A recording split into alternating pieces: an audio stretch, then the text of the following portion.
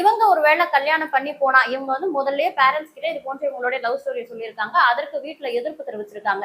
எதனாலன்னா ஒரு வேளை இவங்க போயிட்டா அவங்களுடைய வருமானம் தடைப்படும் அப்படின்றதுக்காக பேரண்ட்ஸ் தடுக்கிறாங்க அப்படின்னு சொல்லப்படுது. இன்னொரு விஷயம், அந்த நபர் ஃபர்மான் கான் வந்து இஸ்லாமிய சமூகத்தை சேர்ந்தவர். நம்மளுடைய அந்த மோனலிசா வந்து இந்து சமூகத்தை சேர்ந்தவர்கள். மதமும் ஒரு காரணம், வருமானம் பறி போகும்ன்றதுக்காக மோனலிசாவோட பெற்றோர் ஒத்துக்கல அப்படின்னு சொல்லப்படுது. இந்த சூழல்ல தான் கேரளாவுல பூவார் அப்படின்ற ஒரு பகுதிக்கு மோனலிசா வந்து ஒரு பட ஷூட்டிங்காக வராங்க. ஷூட்டிங்காக வந்து அந்த இடத்துல தங்கி இருந்தவங்க திடீர்னு தம்பானூர்ல இருக்கக்கூடிய ஒரு காவல் நிலையத்துக்கு போயிட்டு என்னுடைய பெற்றோர் என் காதலுக்கு எதிர்ப்பு தெரிவிக்கிறாங்க, நீங்க தான் எனக்கு கல்யாணம் பண்ணி வைக்கணும்னு போலீஸ் ஸ்டேஷன்ல தஞ்சம் அடைகிறாங்க.